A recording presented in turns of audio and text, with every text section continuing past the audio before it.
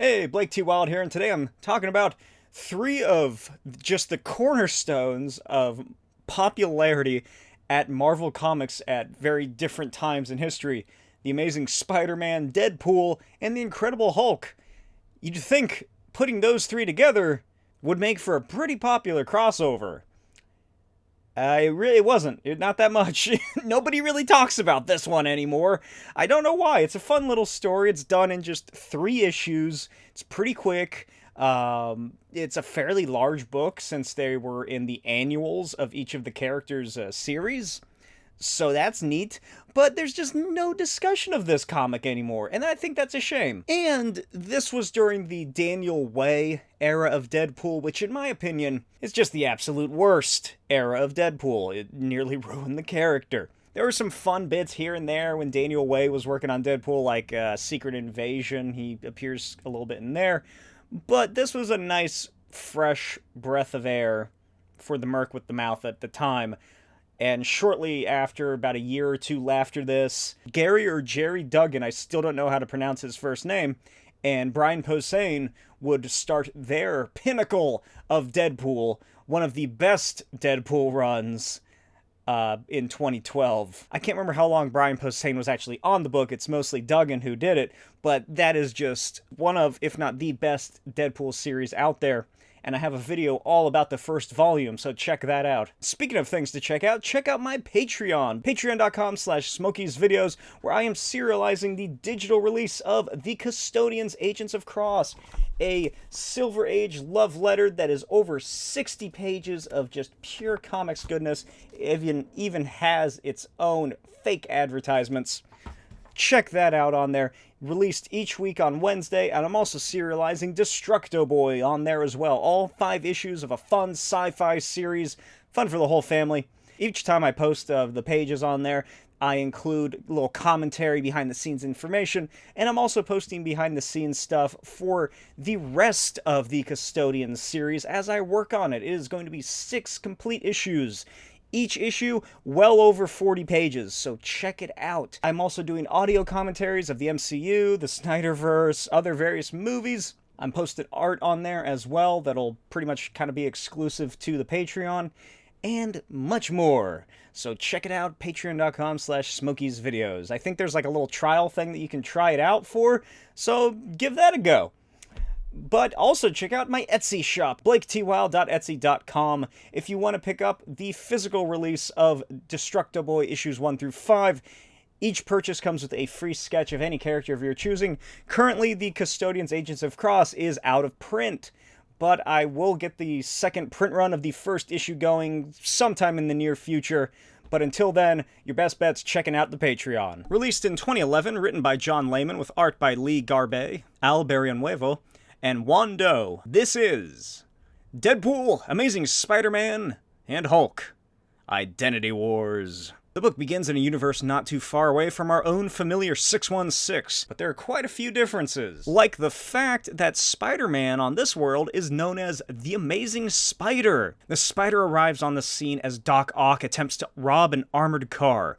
Our hero wonders about his new suit and how effective it is, but does note that it seems to inspire fear into the hearts of criminals. The Spider slams Doc Ock square in his face, swings him up into the air, and slams the 8-appendaged villain into the cement as J. Jonah Jameson decides that tomorrow's headline shall read, "The Amazing Spider-Man saves the city again!" Then the Amazing Spider webs Ock up against the statue of himself. Flashback time. Several days earlier, at the multi-million-dollar mansion of Peter Parker, a sports car races up the driveway. Spider-Man helps the Spider out of the car and carries him into the massive secret base beneath the manor. The Spider removes his mask and pleads with Peter Parker of Earth 616 to take over for him as the Spider for at least a few days until he's able to recuperate. Then he tells Peter that he has a responsibility for the city, and there's no one else that can keep it safe. Once he's healed, he can then help Peter and his friends get home. Flashback even further, get ready for these, because it happens in each issue. Peter Parker is currently working at Horizon Labs, relishing the fact that he's actually using his degree for his job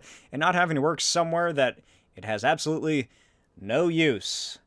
Must be nice. Anyway, he and a fellow scientist head off to get some coffee since they're pulling an all-nighter, and unbeknownst to them, Deadpool repels inside and radios into his team that he's arrived. A group of mercenaries then appear out of the darkness and tell him to knock it off since they aren't even using walkie-talkies. And unfortunately, since, like I said earlier, this is during the time of Daniel Way's Deadpool, there's that little white dialogue box in there that's like an extra voice in Deadpool's head. That would later be revealed / retcon to be this weird character called Madcap. So, Madcap and Deadpool get into a fight, and then Thor notices them fighting on this roof, and he's like, "Verily now shan't this continue," and then crack-a-cooms them with his hammer, and just fucking blows them both up to ash, apparently. I haven't read the book, but apparently, according to the Marvel wiki page, they both get atomized to nothing but ashes in the same clump of pile, and Deadpool somehow regenerates himself from that. Madcap is nowhere to be seen, so you just assume that he's dead.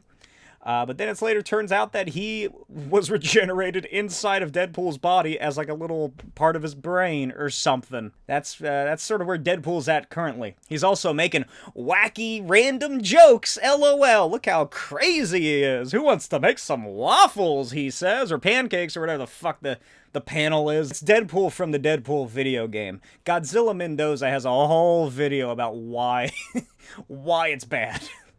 It's a fun game, but the characterization is just, ugh. Anyway, they hack into a giant doorway to an experimental research department that contains, as Deadpool expertly points out, an electrostatic accelerated quantum-powered pan-dimensional translocator. The guy in charge of the job explains that it operates on brainwaves to tune to the frequency of specific parallel universes and opens a temporary bridge between this reality and another. Although it's still a prototype because according to their inside man, it really fucks up any normal human being that tries to use it, which is why they brought Deadpool, a guy who can't die. Then one of the goons hooks up the machine directly into the back of Deadpool's head, and he begins convulsing on the floor. The head of the operation orders Deadpool to think of a world full of money, valuables, treasures, and Deadpool immediately thinks of New Mutants 98 CGC slabbed at a 9.8 grade, which is a fun joke for the time that this came out, and an even better joke now. Then one of the goons announces that they found a guy snooping around. This guy is Bruce Banner. Bruce explains that he actually works here as a consultant for the company, and the goon is about to shoot Bruce in the head when he hulks out.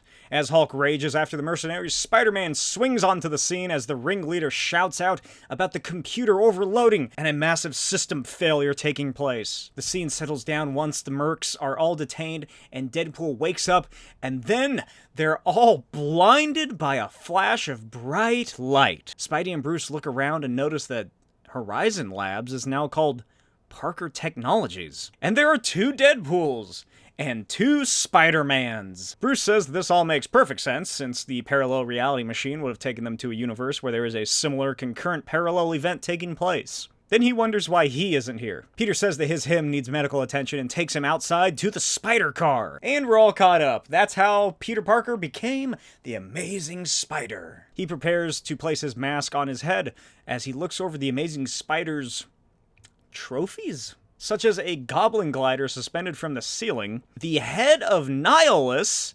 Electro's mask, and Mysterio's bowl helmet turned into a fish tank. A few days later, the Rhino is in the middle of robbing a jewelry store when the Spider arrives on the scene, making quips. The Rhino asks if he's some sort of comedian all of a sudden, and Peter asks if the Spider-Man of this world doesn't make witty banter. Rhino launches a safe at Spider-Man, he webs it, and slams it back into the villain. Then Peter says it's time for round 2 as Rhino picks himself up and Rhino gives up immediately. Spider-Man asks why, and Rhino tells him that the Spider is the guy that took down Galactus, Thanos, and Nihilus, all on his own. Then Rhino offers himself up to the police. Later, Peter stands in the spider lair with the spider himself. The spider says that he needs just a bit longer to heal. Peter tells him that he needs to get home, and asks if there are any other superheroes that can actually, take his place. And then he looks at dozens of framed newspapers of the Amazing Spider's exploits.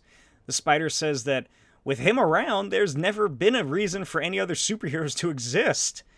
Peter asks about Reed Richards, and Spider tells him that he's just some scientist now. Peter then asks about Tony Stark, Iron Man, and the Spider shows him a photo of a very hefty Tony Stark in a tux, presenting the Spider with a Stark Freedom Award. The Spider then says that he just needs a few more days to get back on his feet, and Peter reluctantly agrees to stay. Later, Peter arrives at Parker Tech HQ to keep up appearances of his duplicate's alter ego, and his secretary, who looks exactly like Gwen Stacy, but is not Gwen Stacy, tells him that Miss Watson has confirmed their dinner date for Thursday, and Miss Stacy will be accompanying him to the symphony on Friday. Then she says that the police called regarding the escape of 2 supercriminals involved in the break-in at their pan-dimensional translocator. Peter does some digging into his other self's records and discovers that the Spider has been pretty hands-on in the dimensional research. The Spider has also been digging up information on other Spider-Men from across the multiverse, including Peter. And then he notices something else sitting on the other Peter's desk. A framed photograph. Cut to a large, well-off home, no doubt in the Hamptons. Peter knocks on the door, and Uncle Ben opens it. That's right, this is the perfect world. Uncle Ben's alive, Aunt May is also alive, so it's not one of those, oh, you have to have one or the other. Peter Parker is rich, everybody loves Spider-Man, he's banging Mary Jane and Gwen Stacy. They hug as Peter tries to hold back his tears, and Uncle Ben says, "Hello, Peter. Or should I say, Spider-Man." Uncle Ben reveals that his Peter already filled him in on what's happening, but with a little more help from Peter, the other Peter can be back at 100% in just a few days. Then he invites his alternate reality nephew inside to catch up. Ben calls to May to get some tea ready, and Peter apologizes because this is just a lot to take in. Ben reveals that he was also shot in this universe, except it was 1/4 of an inch to the right of his heart. But he came out of the incident determined to guide Peter and to make the most of his newfound powers, and he trained his nephew every step of the way. And Peter says, he's a lucky guy, that's for sure. Luck had nothing to do with it. Life is what you make it. With great power, son, comes a responsibility to stay powerful. Then May brings out some tea, and Ben says that she's just never gotten used to the idea of Peter being the Spider. And a little bit later, Peter notices a photo of Gwen and MJ on the mantle, and Peter asks who Ben thinks his Peter is gonna end up with. And Ben says, "Who cares? They're both money-grubbing tramps. If Peter wasn't so rich, so popular, so powerful, neither of them would give him the time of day." Oh, okay. Oh, man, you know, Uncle Ben, this is all a bit much. That's actually another question I have, is, how is, the Amazing Spider-Man? So how is he so powerful, anyway? Funny you mention that. Ugh. Peter and I are both eager to share that with you. And now that the tea has taken effect, we can do just that. Peter Parker later wakes up in a small alcove off the spider layer, also called the web, hooked into a horrific machine chair with corresponding cables attached to the spider. That's why the spider has so much information on the Spider-Verse, which actually would not be an event until 3 years after this. This Peter Parker and Ben Parker have been bringing how dozens upon hundreds of spider people to this world and playing them like a goddamn fiddle and siphoning their powers off of them. And Peter looks down and notices a mass grave of spider people. If it makes any difference, I'm sorry, Spider-Man. Please, call me Peter. We should really be on a first-name basis, since you're planning on murdering me. Absorbing, not murdering. Don't listen to him, Peter. Is that why you put me back in the costume? Is that why you put my mask back on? So you wouldn't have to look me in the eye? I have a responsibility to stay strong. I've saved the world 100 times over. Sure. At the expense of how many others? The spider lashes out in anger and slams Spidey out of his harness. Ben shouts that he's a weak idiot as Spider-Man thwips away and the spider shoots fireballs at him. Then Spidey swings around and kicks him in the face. Spider-Man lands and asks if the spider actually feels like a hero. Ben shouts for his nephew to finish the job as he grabs the power siphons. Then he launches at Spider-Man, but the spider throws himself out of the way, and the siphons go straight into his chest. Uncle Ben breaks down as Peter Parker's body withers away into nothing, and Spider-Man leaves the spider lair, leaving behind the twisted reflection of the man he loved, leaving behind the seemingly perfect life, the perfect house, the perfect world. Later, Peter continues to take his role as this world's Peter Parker and tracks down Bruce so that they can start work on repairing the portal to return home. Sometime later, Bruce confides in Peter that even if they do get the machine back up and running and can somehow locate their home universe, he's not gonna go. This is the perfect world for him.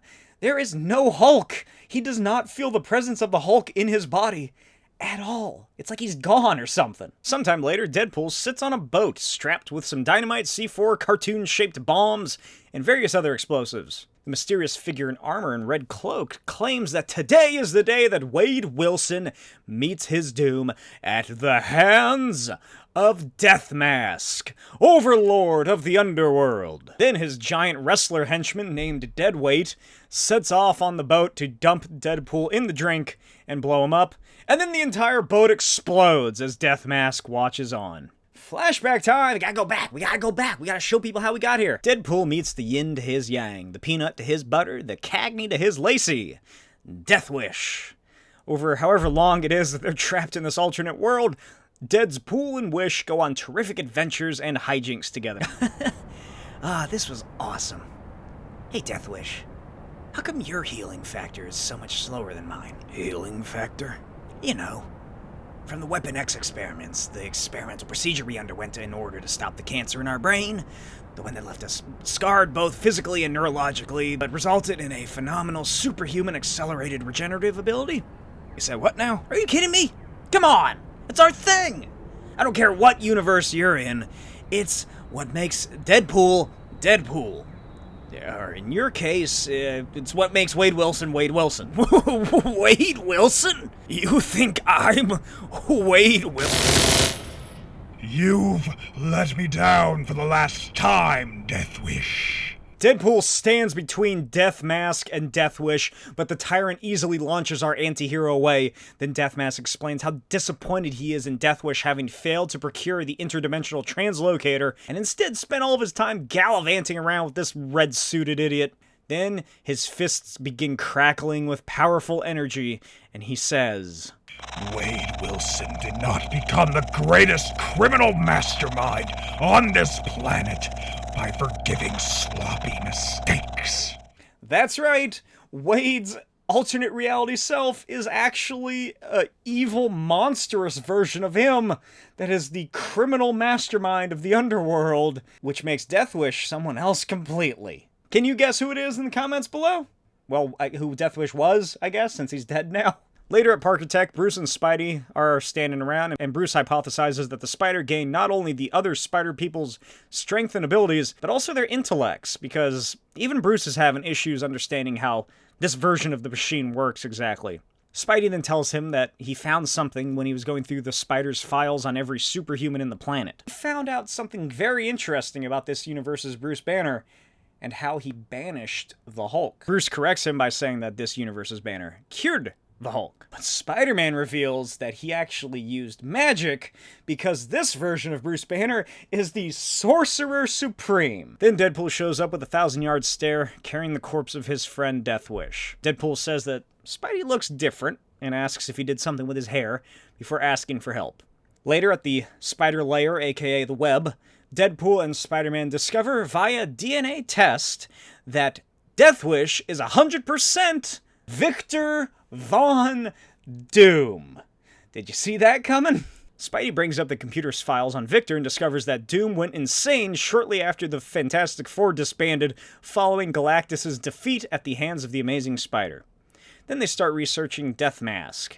He is the undisputed king of crime and scientific mastermind occultist who rules the criminal underworld. This version of Wade Wilson became a super genius after Reed Richards cured the tumor in his brain. Deadpool then takes off, leaving Spidey totally unaware that he secretly copied all the files of Death Mask and erased them from the Spider's hard drive. But before he goes, Deadpool tells Spider-Man that he better look into this Death Mask guy, because Deadpool's heard it on good authority that there's going to be some sort of gang war taking place pretty soon. Then he leaves with a floppy disk? Why does he have a disk? It's 2011! Why not a USB? Is this world, like this universe they went to, just on floppy disks still for some reason? Anyway, Deadpool uses it to locate various places owned by Death Mask and wreaks havoc. Then he starts killing off Death Mask's lieutenants. Brain Dead, Deadeye, Deadhead, Bob. Phase 2 involves Wilson Tower, aka Death Mask's HQ. He comes across 2 giant robot sentries, but since he's the same person, the voice and retinal scans clear him and he's just free to enter. Upstairs, a man pleads for his life before Death Mask when Deadpool appears armed to the teeth and opens fire on Death Mask, doing nothing. Death Mask says that he should have killed Deadpool off when he had the chance. Then he magically blasts Wade away, and Wade tosses a lit bomb at his other self, and Death Mask calls him an imbecile because he can easily survive the bomb. Deadpool tells him that he has the exact same healing factor as Death Mask, except he isn't the one holding a bomb right in front of his face. The bomb explodes, and Wade then hobbles over to Death Mask and enacts Phase 3 of his plan. The wrestler henchman, Deadweight, enters his office to find Death Mask pantsless, holding an unconscious Deadpool. Death Mask orders Deadweight, aka Wilson Fisk, to carry Deadpool downstairs. And we're all caught up. Deadpool as Death Mask blows up both Deadweight and Deadpool, and returns to Wilson Tower, renaming it Wilson Tower. That night, Wade hangs around Wade's library, ruining all of his fancy occult books and just chucking them out the window when he's clocked in the face by the Amazing Spider. Spider-Man starts beating the shit out of him until Wade apologizes for accidentally sending them to this crazy universe, and Spidey stops and asks what the hell Deadpool's doing here. Deadpool then recounts his adventures to him, such as blowing up all of Death Mask's properties, destroying data files, self-destructing the Death Bots, transferring billions of dollars from offshore accounts to a new charity that Deadpool set up called Make a Death Wish Foundation, and Spidey asks where the real Death Mask is. And outside, Death Mask, having fully regenerated and crawled out of the Hudson River, looks up at his tower as a book plummets towards him and caves in his skull. Several days later, Wade Wilson awakens in hell and meets Mephisto. He then strikes a deal with the devil. In exchange for eternal servitude, Death Mask asks that Mephisto unbinds a magical seal, and the Infernal Hulk is released. Elsewhere in hell, a demon is upset that Peter Parker won't fight back, especially after all those stories the Beast has heard about him. And Peter Parker, naked and in chains, looks up and tells the monster that he deserves it. Kind of reminds me of that Superman Darkseid story where Lex Luthor is sent to Apocalypse and becomes a fucking just BDSM slave for granny goodness. As Death Mask is pulled into the torture pens, the Incredible Hulk crash lands in hell itself. Thousands of demons begin racing at him, and the Hulk simply grins. The Infernal Hulk, meanwhile, marches through the streets of New York until it reaches the Sanctum Sanctorum. Bruce Banner, Sorcerer Supreme, flies out of his home and begins binding the Hulk with magical tethers. But before the portal to hell opens again, the Hulk grabs Banner by the legs and throws him through the window of the Sanctum. Dr. Banner is bereft of an explanation and totally speechless over the fact that Infernal Hulk somehow has escaped. And just before the Hulk can kill him, Spider-Man appears, rescues Dr. Banner, and the two escape outside. Dr. Banner immediately realizes that this is not the Amazing Spider, as Infernal Hulk crashes outside towards Deadpool, who shoots him with a rocket. Before Hulk can get up, Dr. Banner uses his magic to make Deadpool appear as himself, and Spidey tells Deadpool to keep the Hulk busy. Then Deadpool Banner is kapammed through NYC, and the Infernal Hulk gives chase. Later at Parker Tech, the Banners meet face to face, and Spidey asks, what happened to Doctor Strange? You see, many years ago, after one too many run-ins with the Hulk, the Amazing Spider sought out Doctor Strange to hopefully achieve something that science never could. Stephen Strange taught Bruce everything he knew about the mystic arts, and taught him how to magically rid himself of the Hulk. Then Strange made him Sorcerer Supreme, and left his body to wander the various astral planes of existence. With the Hulk banished to hell, it was eventually corrupted completely, and transformed into the Infernal Hulk. And Dr. Banner also reveals that the magical spell that he used to keep his Hulk banished in hell is currently working on Bruce from 616's Hulk as well. That's why the Hulk is not in his body and he doesn't feel it anymore. But it also means that if he's there long enough, then he's also going to transform into an evil, hellish Hulk. Which in the long run, funnily enough, doesn't matter because it happens anyway with Immortal Hulk. Spidey asks what they can do, and Dr. Banner tells them that they need the energy that's held within the Eye of Agamotto. But he'll have to break it open. And once it's destroyed, the Sorcerer Supreme will be completely powerless. Unless he reverses his already enacted spell, and both Hulks return to their corresponding Banner's bodies. Dr. Banner says that Bruce doesn't need to do this, since it isn't his Earth he needs to save. And Bruce says that he'll do it, but he just wants a few final moments alone to himself. Elsewhere, the Infernal Hulk pulverizes Deadpool into the ground as the Incredible Hulk fends off hordes of demons. And the two begin phasing out of existence. In the Sanctum, both Banners transform, and they begin fighting one another. Infernal Hulk throws a punch, but Incredible Hulk catches it, and then reveals that he had the Eye of Agamotto in his palm. A nice little loophole, since only the Sorcerer Supreme can destroy it. Energy explodes out of it, and the Infernal Hulk begins raging in pain as he loses power and reverts back into Bruce Banner. Spider-Man webs him to the ground, and Dr. Banner orders the Hulk to snap his neck. A few moments later, a note materializes before them reading, "Parker Technologies, be there, 9 a.m. tomorrow. All of you." The next day at Parker Technologies, the trio arrive to find Peter Parker? He tells Spidey that there is no time to explain how he's back, just that he spent all night fixing the interdimensional translocator. But they now have to really hurry up because the machine is just constantly cycling through realities, and to keep it locked onto one specific reality uses up a lot of power. Spider-Man doesn't buy it, though. He asks why the Spider is suddenly a good guy and mysteriously reappeared after dying, and the Spider says it's all thanks to Dr. Banner. Just like his predecessor, Banner left his physical form behind when he died. Then he freed Peter's spirit from hell. But he also infused Peter Parker's body with the spirits of the damned who require justice and judgment against those who wronged them and the world. Spidey reluctantly accepts this story, and Peter tells him that the Amazing Spider is dead. From henceforth, he'll be known as the Ghost Spider. Yep, that's where it comes from. That cool skin that I think was in the PlayStation 4 Spider-Man game. It's from this comic.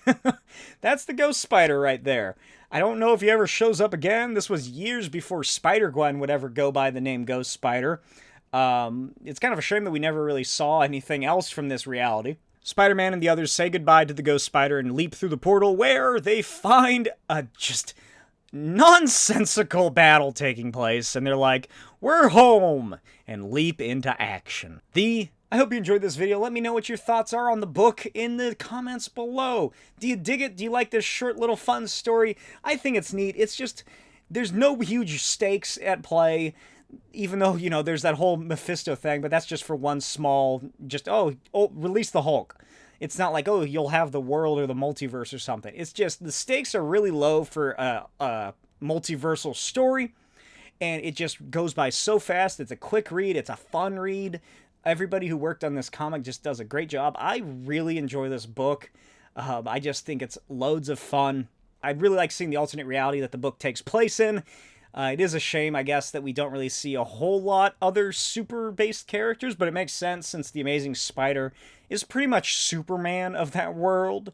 I do like each incarnation of the alternate reality characters, though. I really like Death Mask, I really like the Amazing Spider, and his evil Uncle Ben. That's just an interesting dynamic.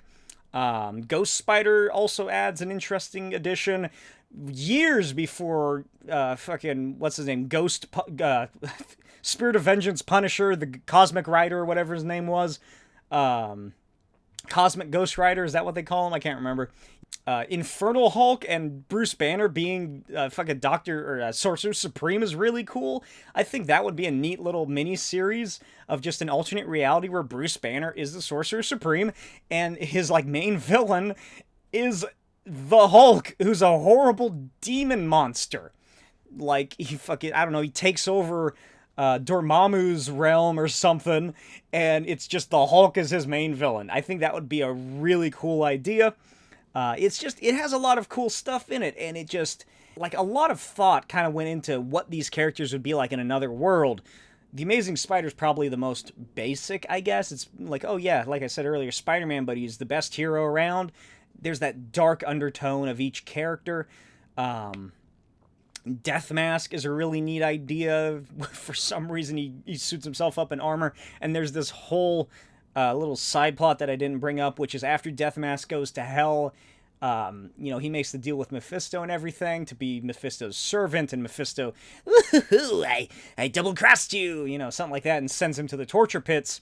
Well, we later see him just being Mephisto's, like, gladiatorial devil champion, and then the gladiatorial, like, cage opens up, and it's the fucking Infernal Hulk comes out wearing the Planet Hulk armor. That's another cool story. Just Hulk in Hell. The Incredible Hulk in Hell would be such a neat idea. Fucking everybody's going to hell nowadays. It's the coolest place to go. But it's just a really fun story. I hope you enjoyed it, because I really enjoy it, and I wanted to see more people talk about it. Check it out. It's in the description below, the link to purchase this. I highly recommend it. And also in the description below is my link tree, which will take you to my Etsy shop, my Patreon, my social media links, everything you need. So check that out. BlakeTWild.etsy.com and patreon.com/Smokey'sVideos. And I will see you next time for a very fucked up and diabolical What Is episode. Bye.